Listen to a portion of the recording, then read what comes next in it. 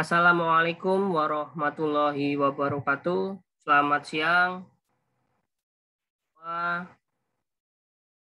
Hari ini kita melanjutkan perkuliahan doping dan penyalahgunaan obat. Rekan-rekan yang saya banggakan, sebelum kita mulai, terlebih dahulu kita berdoa menurut agama dan kepercayaan masing-masing. Berdoa di tempat dipersilakan.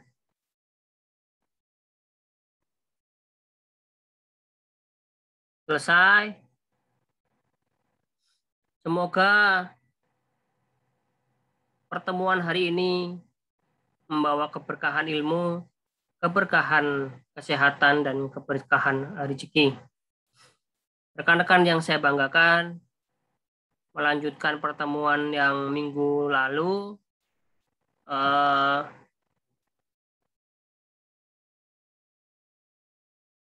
sambil saya share materinya. Ini materinya dalam bentuk PowerPoint, cuma saya menggunakan Zoom untuk bisa membuat video ini.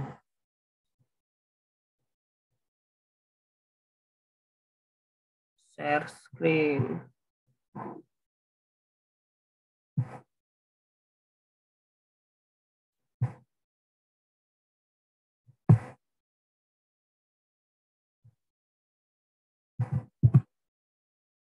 Saya kira rekan-rekan sudah bisa melihat materinya.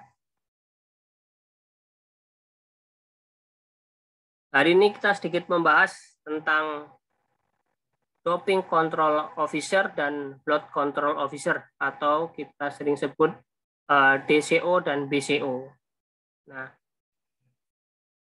DCO dan BCO itu seperti apa dan apa sih ini gitu kan? Nah, kita akan bahas dalam sesi hari ini.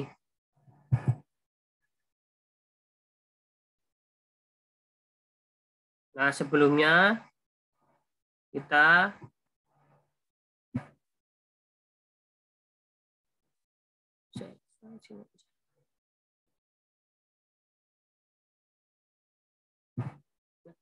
kapan pengambilan sampel dilakukan? Ini sampel doping ya. Kapan dilakukan? Itu bisa dilakukan saat kompetisi maupun di luar kompetisi. Itu secara singkatnya ya. Bentar, ini saya pindah ke sini aja deh.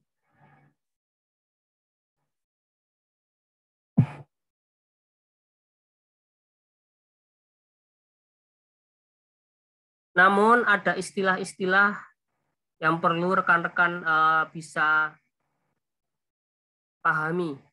OOCT, Out of Competition Test, ini dilakukan pada saat tidak sedang menjalani kompetisi.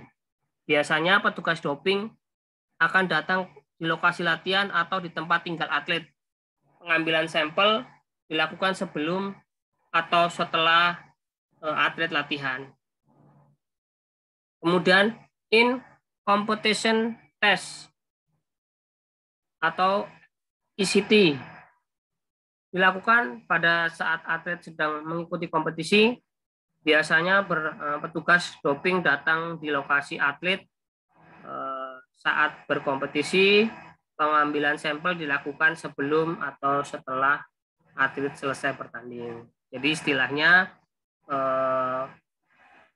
OOCT untuk di luar kompetisi, kemudian ECT untuk in kompetisi, di dalam pada saat kompetisi.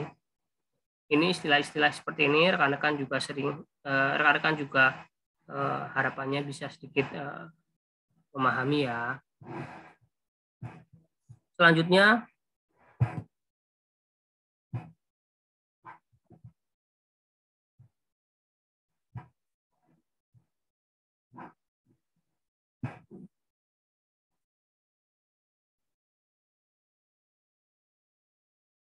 pada saat pengambilan sampel, siapa saja yang dibolehkan hadir di doping control station atau DCS. DCS ini nanti tempat pengambilan sampel ya, namanya DCS ya, doping control station. DCS. Yang pertama adalah atlet itu sendiri, atlet yang akan diperiksa, kemudian dokter atlet, dokter tim, kemudian pelatih atau manajer tim, gitu kan. Kemudian petugas pengambil sampel itu dan anggota-anggota dari komisi kontrol doping.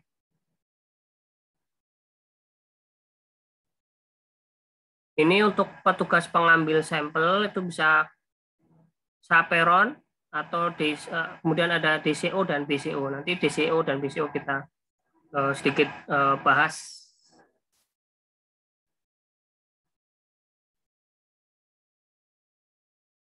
Selanjutnya, nah ini ternyata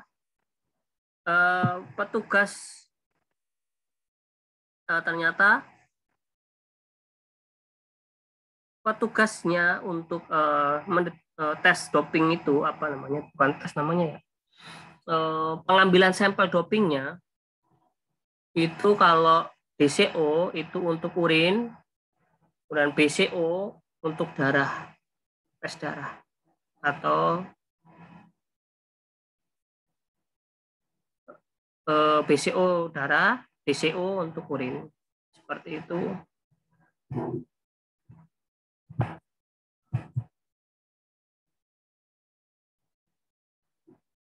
Untuk tes urin, ini saya pindah aja ya.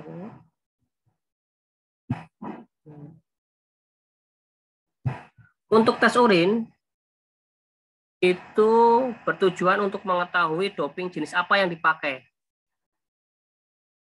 Seperti diuretik, steroid anabolik, dan lain-lainnya. Nah, tes darah itu tadi BCO itu bertujuan untuk mengetahui apakah atlet menggunakan hormon EPO, eritroprotein, eritropoietin. Kemudian pembawa oksigen sintesis,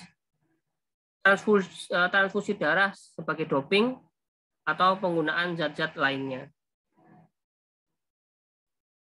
Ini kalau yang tes darah ini petugasnya BCO ya. Kalau tadi yang urin namanya DCO.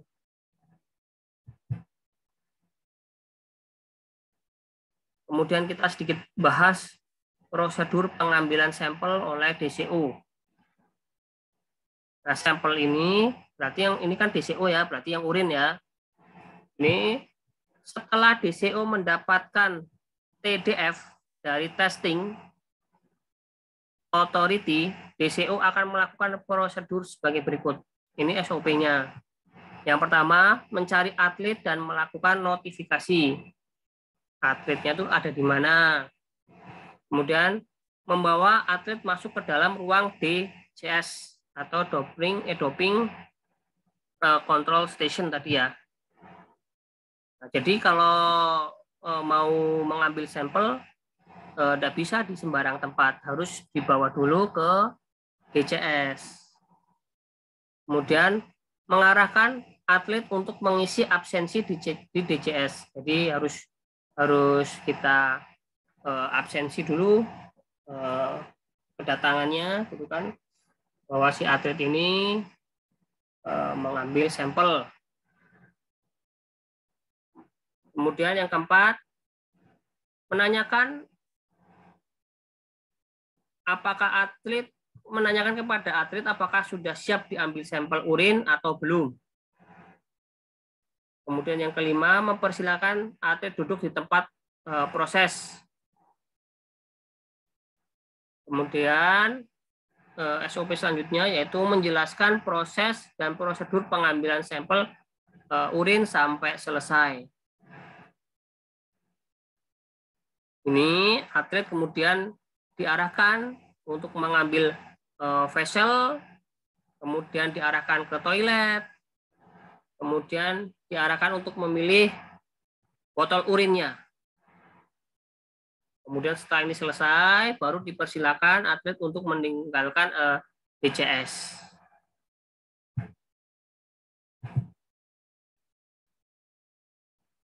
Nah, ini pengambilan sampelnya, saya sedikit ininya. Nah, ini doping control station itu seperti ini. Sebagai contoh seperti ini, DCS, ini gambarnya di bawah.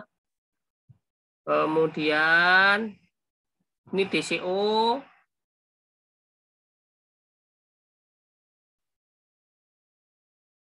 Kemudian ini Caperon. Nah, ini botol sampelnya ya, botol sampel yang untuk apa namanya? Sebagai wadah urinnya ya. Ini ada botol A atau botol B atau tes A, tes B. Kemudian ini vessel urin. Ini ada takarannya, Kemudian ini tadi partial sealing, itu namanya kalau di sini oh ya. Nah, ini beberapa peralatan yang rekan-rekan bisa lihat. Selanjutnya ini prosesnya.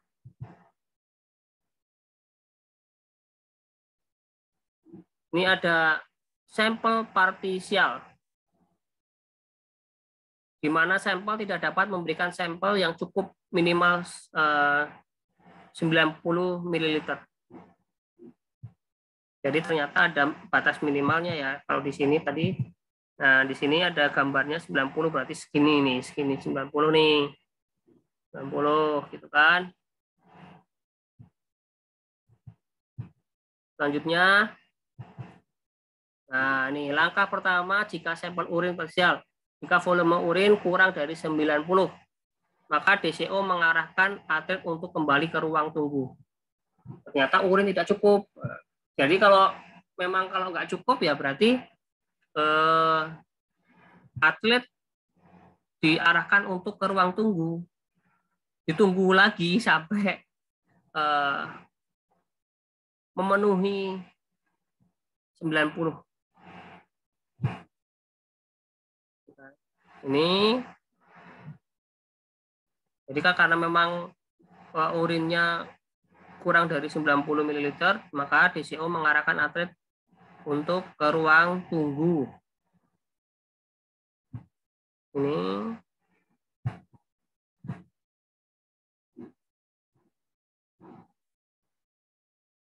nih. DCO kemudian menginformasikan kepada atlet bahwa sampel tidak mencukupi dan akan penyegelan sementara. Ini tidak cukup karena tadi itu kurang dari 90 ya. Maka di sini ada pencatatan. Nah, di sini ada catatannya, ada formulirnya ini. Di sini ada berapa nih saat ini nih. Sekarang ini ada 70 ya, 70 per 60 nih. Nah, 70 nih, 60 nih, 60. Dicatat di sini. Kemudian selanjutnya atlet memilih dan memeriksa botol tadi, tes A dan tes B ini, atau namanya bergigit. Nah, ini bentuknya.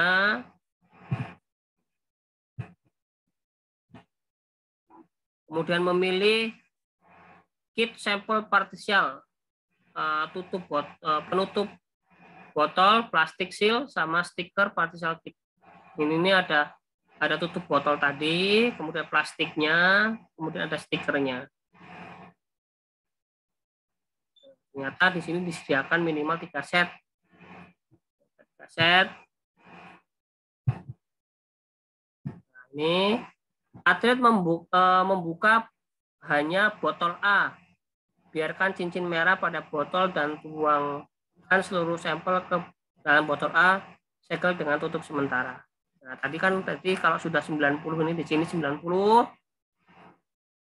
udah ada takarannya, terus dimasukin di sini. Yes, masukin di sini. Nah, ini botol A.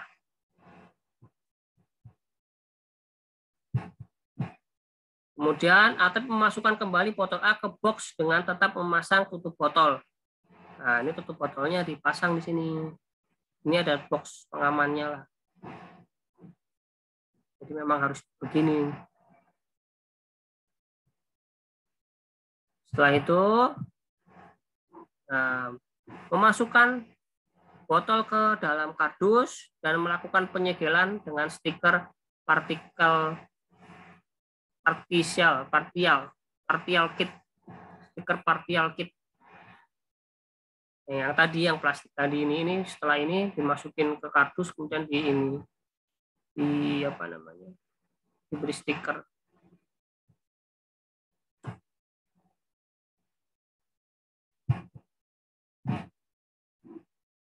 Nah, ini kemudian DCO mencatat kode number atau partial seal, waktu penyegelan dan inisial atlet dan inisial DCO di DCF atau doping control form. Nah,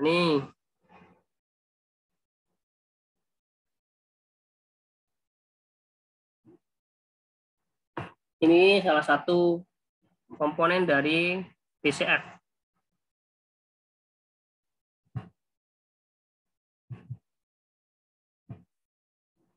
Nah, kemudian DCO membawa formulir tadi DCF itu dan sampel kepada lead DCU untuk penyimpanan yang aman pada pimpinannya lah, lead DCU. Kemudian atlet akan didampingi menuju ruang tunggu dan diizinkan untuk minum sampai siap memberikan sampel berikutnya. Ini kalau tadi posisinya adalah kurang dari 90 ya.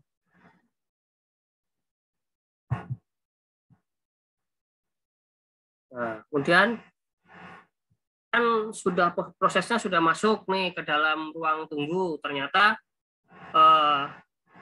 dalam proses beberapa lama DCO menanyakan kembali, udah siap belum? Sudah bisa memberikan urin tambahan lagi enggak?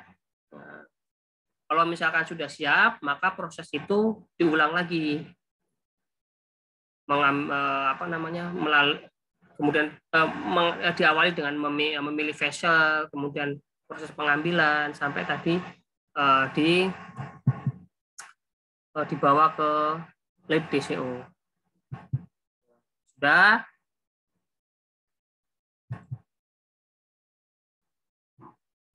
Kembali ke meja proses dengan sampel baru. Atlet membuka segel untuk mengeluarkan botol A. Oh, ternyata begitu ya. Ini kemudian DCO mengeluarkan DCF dan partial sampel atlet tersebut. Nah, DCO menginformasikan atlet untuk mengecek kembali DCF tersebut miliknya atau bukan. Kemudian memeriksa box sampel dan segel partial kit apakah ada tanda-tanda kerusakan, kemudian cek partial sampel code.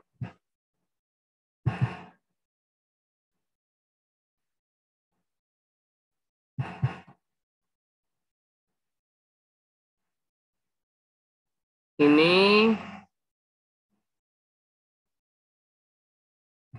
selanjutnya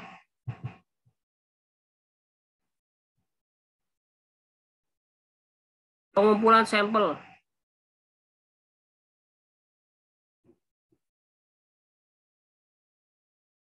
Atlet mencampurkan sampelnya, menambahkan. Nah, yang tadi itu yang kekurangan urin 90 itu dicampurin lagi.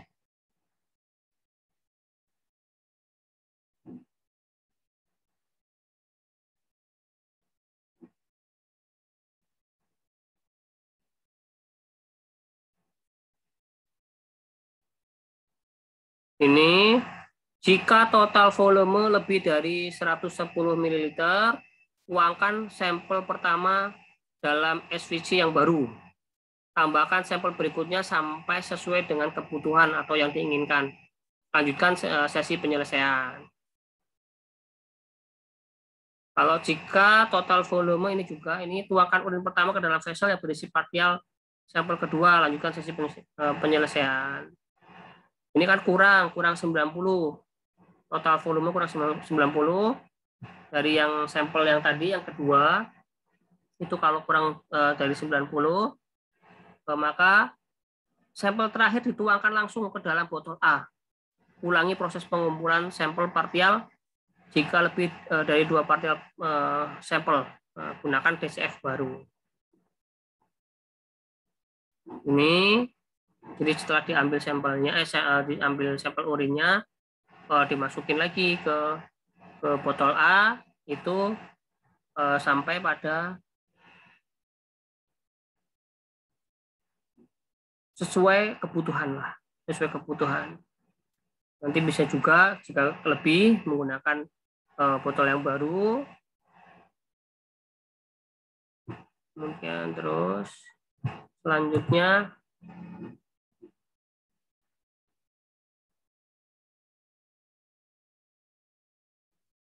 ini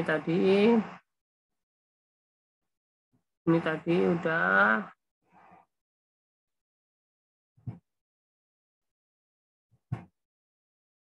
pengumpulan sampel urin, ini namanya doping control form. Ini formulirnya. Kemudian harus dicatat, ini catat ini. Ini ada waktu penyegelan, terus partial seal number, initial atlet, dan DCO. Di sini ada nih.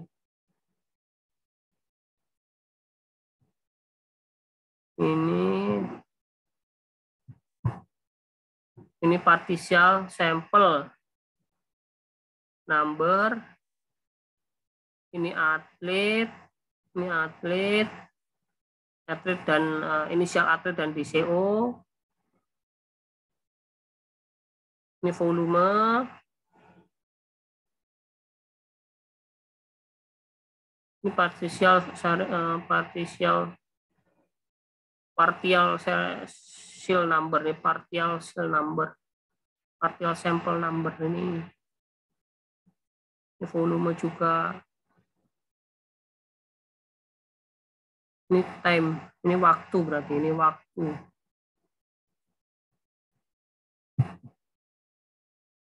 Ada waktunya kapan diambil, inisial atlet dan DCO, ini volumenya, ini partial seal number, partial sample number. Ini juga, ini atlet dan DCO inisial, ini time waktunya, ini volumenya, ini partial sample number.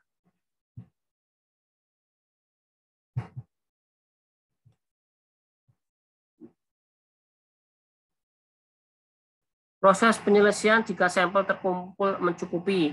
Nah, kalau sudah cukup sesuai kebutuhan, itu catat final volume, tadi sudah ada volumenya berapa, waktu, kemudian sampel code numbernya berapa, tulis nama inisial, di sini ada saksi menuliskan nama dan tanda tangan, mengukur SG pada urin yang tersisa, dan proses dengan kelengkapan administrasi. Jadi di doping control form ada beberapa yang harus diisi oleh DCO, itu ini sebagai salah satu contohnya. Ini volume, ini time, waktu, kemudian sampel number, kemudian di sini ada nama dan tanda tangan. Nah, ini secara keseluruhan nih doping control form. Ini formulir ini secara keseluruhan digunakan untuk pengambilan sampel urin.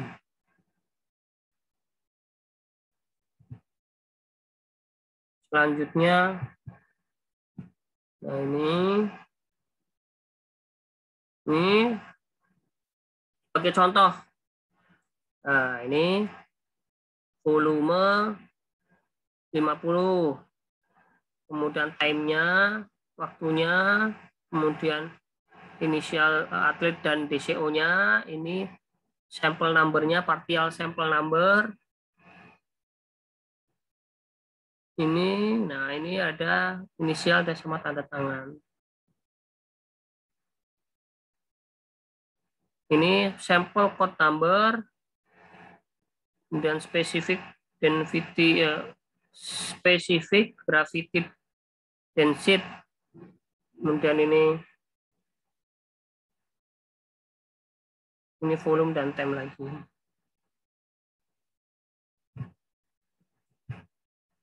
Ini contoh yang kedua, hampir sama ya.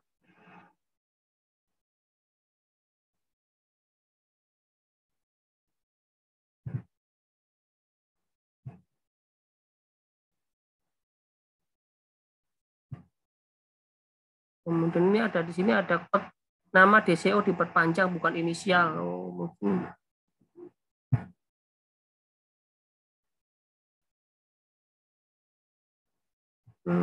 Kemudian,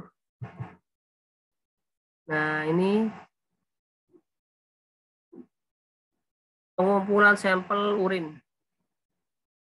Pilih dan periksa SCK dan partial kit.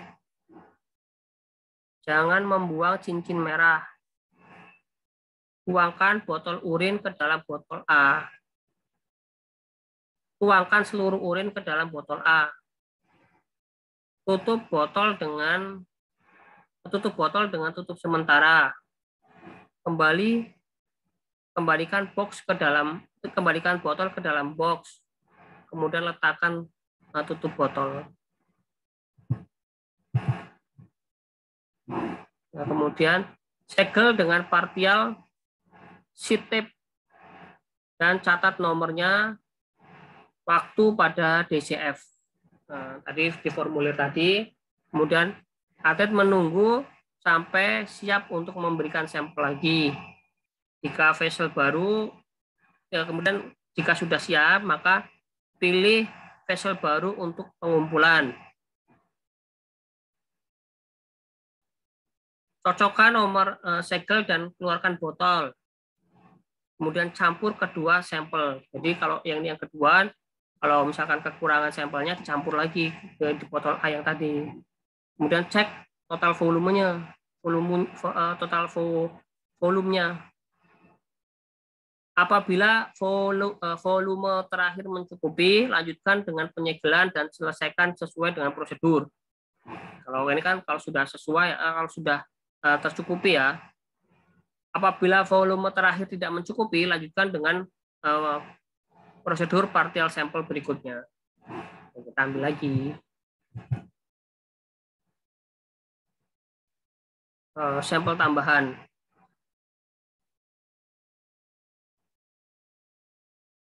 Prosedur sampel urin tambahan. Indikasi.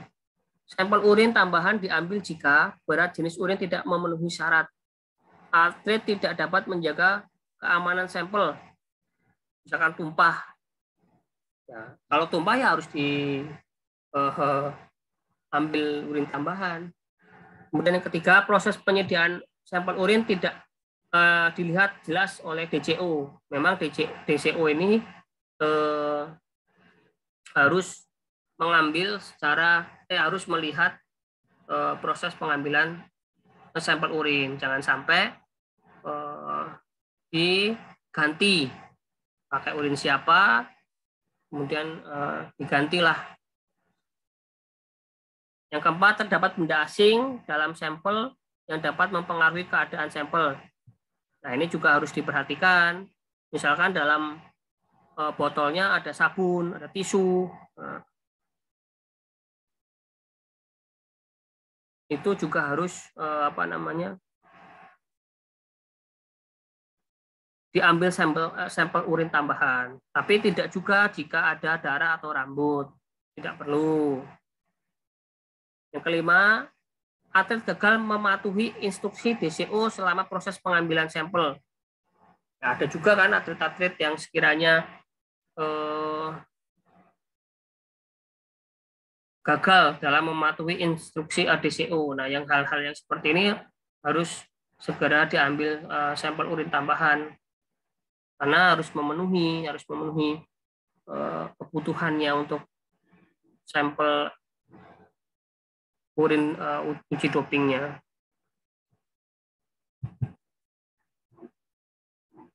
Yang keenam, penglihatan DCO terhalang saat pengeluaran urin. DCO melihat perilaku tidak wajar dari atlet selama proses pengeluaran urin. DCO meragukan keaslian sampel. Nah, ini DCO meragukan keaslian sampel berarti harus diulang, harus tambahan, harus diambil sampel urin tambahan. Kemudian yang ke-9, terdapat tanda pengerusakan pada sampel parsial. Yang ke-10, sampel urin tidak disegel dengan benar atau botol sampel cacat. Nah, yang hal ini juga harus diperhatikan ya. Jangan sampai dalam menutupnya pun merusak botolnya.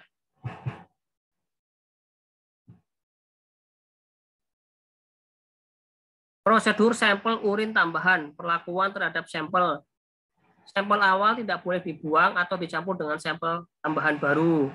Sampel awal juga dikirim ke laboratorium bersama sampel tambahan. Sampel awal harus tetap tersegel dalam pengawasan DCO. Catat alasan diambilnya sampel tambahan pada lembar supplementary report form.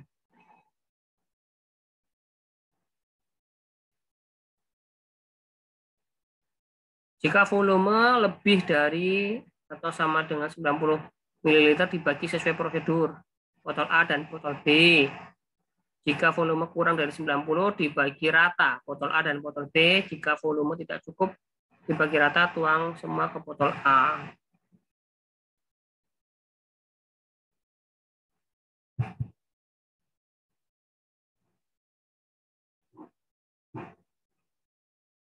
Prosedur sampel urin tambahan selama menunggu sampel urin tambahan. Jadi selama atlet menunggu itu ngapain? Nah, itu atlet harus selalu dalam pengawasan DCO sehingga pengambilan sampel tambahan tuntas Atlet diperbolehkan untuk diambil sampel darahnya jika diperlukan dan tetap dalam pengawasan DCO. Atlet dipersilakan menunggu di ruang tunggu dan memberitahu jika akan berkemih. Atlet dipersilakan minum. Jadi nggak apa-apa kalau minum.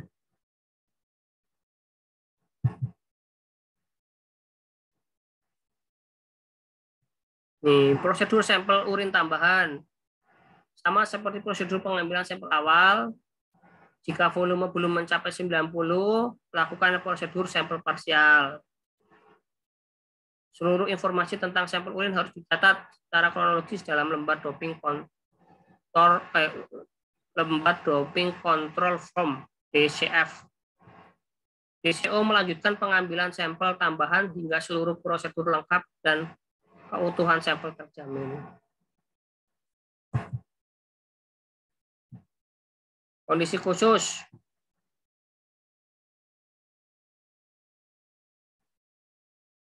Itu jika atlet harus segera pergi menunjukkan rencana perjalanan. Misalkan pesawat mungkin ya. Jam terbang pesawat untuk kepulangan gitu. Atlet harus bertanding di pagi hari berikutnya, sedangkan hari ini sudah larut malam. Ini kondisi-kondisi khusus ya. Venue, lokasi pertandingan tutup dan tidak ada tempat pengambilan sampel. Kalau ada hal seperti ini, maka lead DCO harus melapor kepada LADI untuk penentuan apakah sampel tambahan perlu diambil dalam kondisi khusus seperti ini. Kemudian DCO menuliskan alasan dan kondisi khusus tersebut pada supplementary report form. Ini contohnya di sini.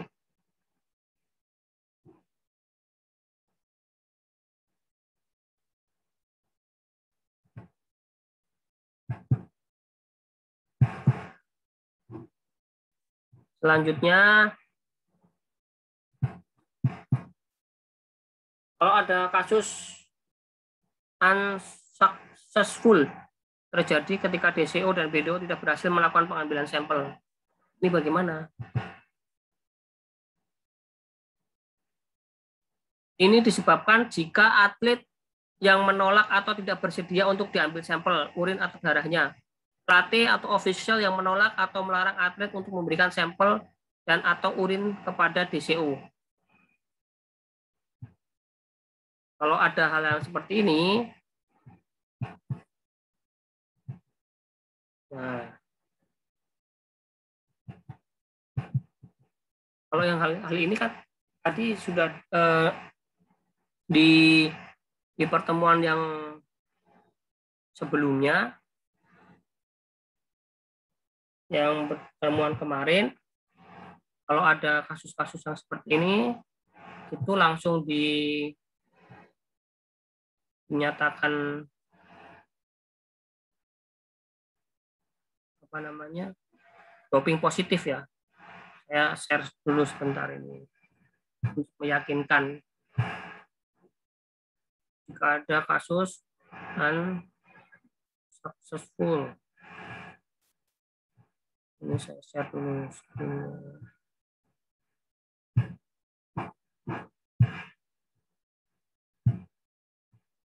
Nah, ini rekan-rekan bisa sedikit melihatnya. Kalau ada kasus-kasus yang seperti itu, maka atlet yang bersangkutan dianggap doping positif karena telah melanggar peraturan anti doping.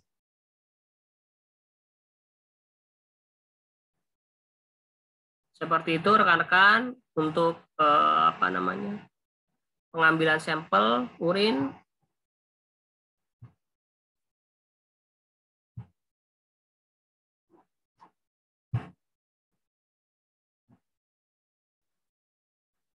Oke, rekan-rekan yang saya banggakan, kiranya ini materi yang bisa saya sampaikan untuk doping. Kita sedikit ulas secara singkat sebentar.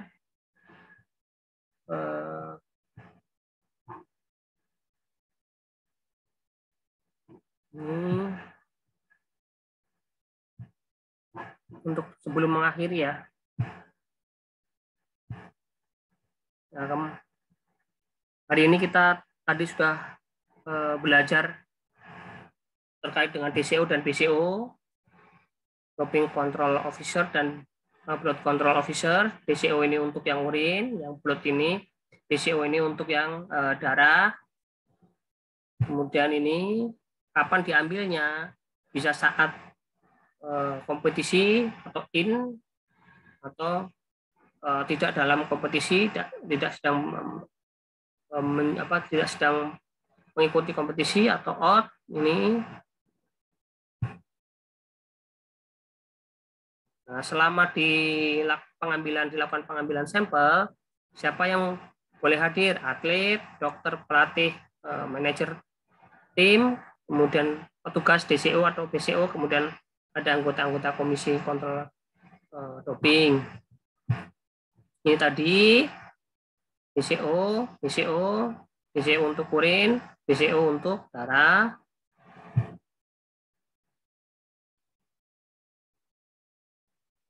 Tes urin untuk mengetahui jenis dopingnya apa.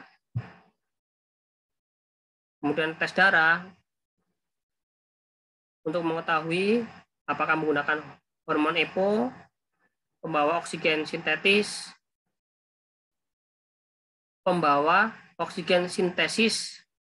kemudian transfusi darah sebagai doping atau penggunaan zat-zat yang lain.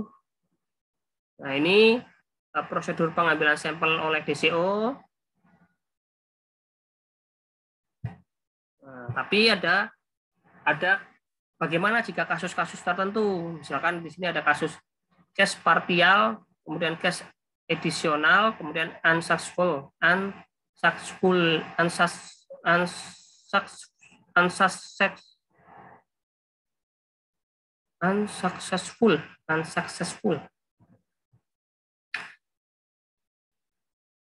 Seperti ini. Ada ini proses pengambilan sampel parsial.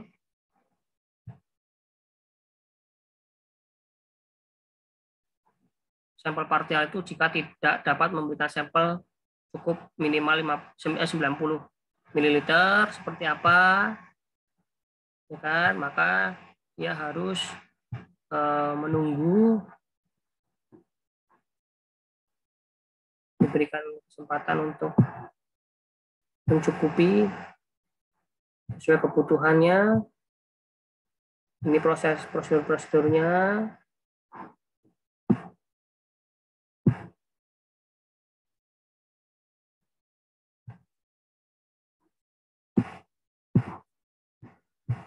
Ini ringkasannya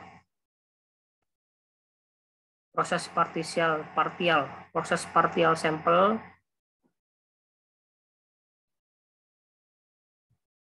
Kemudian ini, nah, kalau ada kasus tambahan, sampel tambahan, kalau ada sampel tambahan seperti apa, ini sudah dijelaskan di sini. Nah, kemudian kalau ada apa namanya?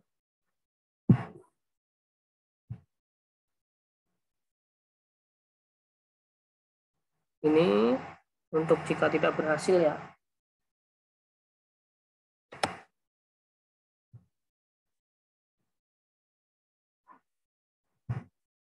Oke, saya kira ini yang bisa saya sampaikan.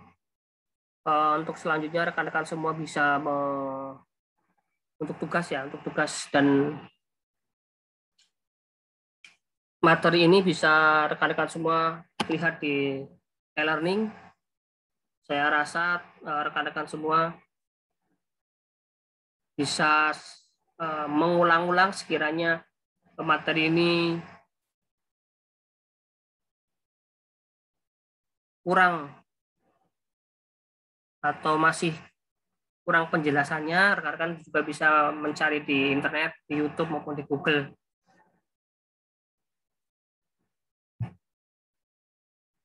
Saya kira ini yang bisa saya sampaikan. Sebelum kita mengakhiri kuliah hari ini, marilah kita berdoa menurut agama dan kepercayaan masing-masing. Berdoa di tempat dipersilahkan.